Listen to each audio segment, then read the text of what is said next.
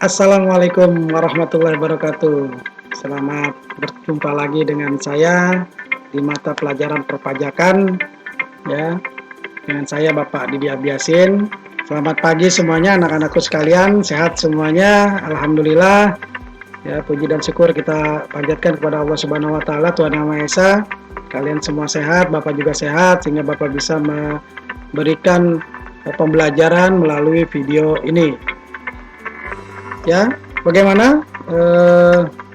Bapak mengharapkan kalian untuk mengisi daftar hadir yang ada di Google Classroom. Jangan lupa itu, ya, karena itu sebagai bentuk rasa disiplin kalian masuk ke kelas. Ya, kalau di kelas kan kalian datang, kalau masa pandemi ini kamu di rumah, tapi tetap kamu mengisi absensi terlebih dahulu. Seperti biasa itu adalah bentuk kedisiplinan kalian, ya.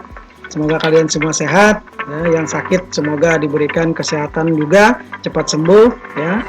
Semoga dapat beraktivitas kembali. Itu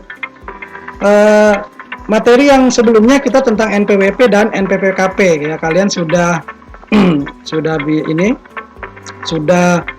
menyelesaikan itu semua dan nilainya kemarin juga bagus untuk materi NPWP dan NPPKP.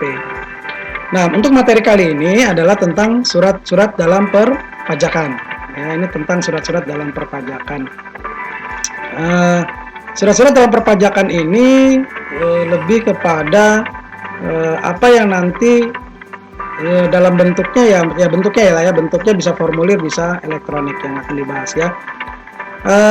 Mungkin kalian juga sudah pernah melihat bentuknya, ya, kayak SPT, SSP atau SKP. Mungkin kalian sudah pada paham lah, ya. Ada yang paham, ada yang belum lihat.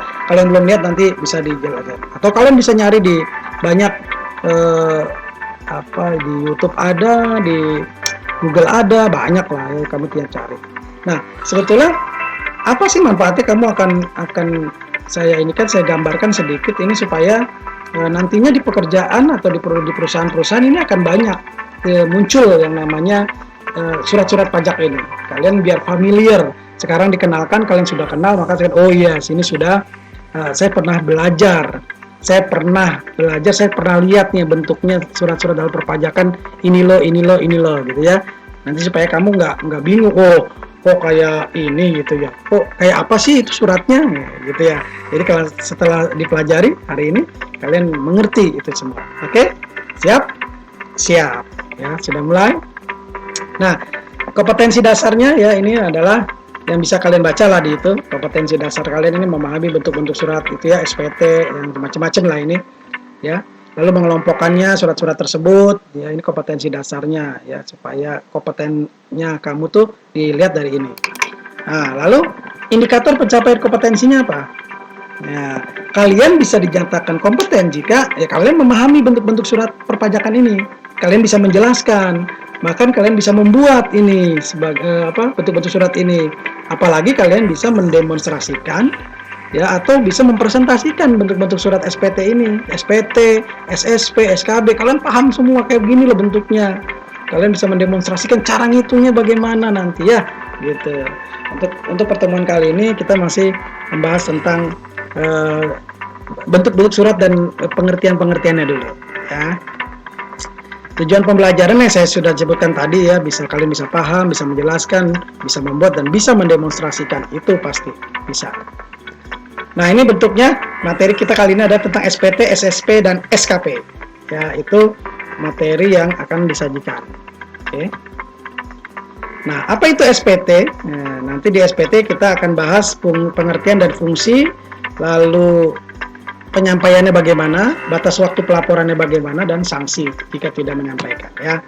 Nah, ini pengertiannya. Pengertiannya adalah surat yang oleh wajib pajak digunakan untuk melaporkan penghitungan atau pembayaran pajak, objek pajak atau bukan objek pajak.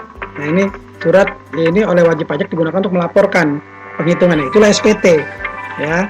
Nah, SPT dibagi dua, ada SPT masa atau SPT yang kita lapor setiap bulan, dan SPT tahunan. Berarti yang namanya udah tahunan, ya, berarti tahun, ya. Nah, contoh-contohnya yang bisa kamu lihat di situ ada, kalau masa itu PPH, PPN, dan PPN pemungut.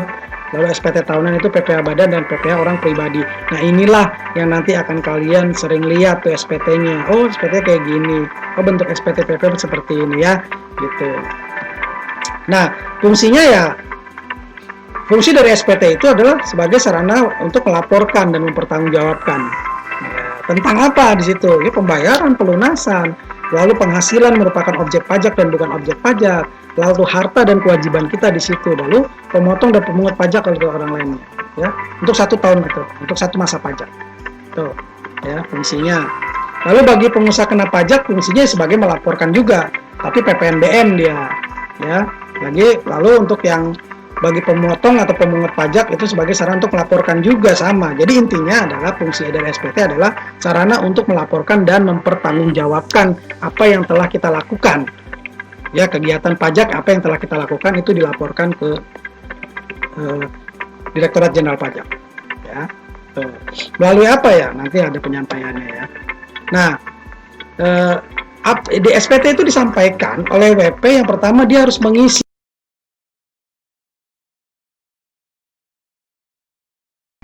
Sampai sini, jika kalian masih belum paham, ya, juga bisa disampaikan pertanyaan kalian melalui WA dan di Google Classroom.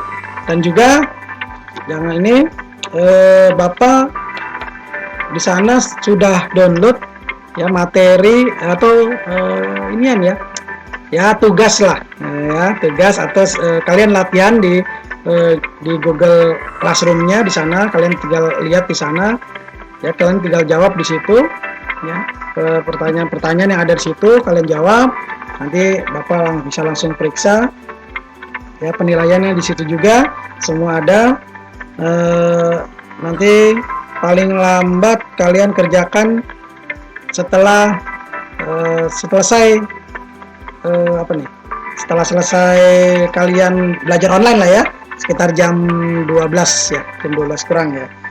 Itu. Nah, Bapak akan sedikit menyimpulkan ya materi yang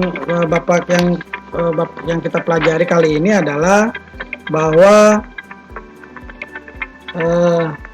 surat-surat pajak ini diperlukan ya untuk apa? Sebagai bentuk pelaporan dan pertanggungjawaban terhadap kegiatan-kegiatan perpajakan yang sudah dilakukan.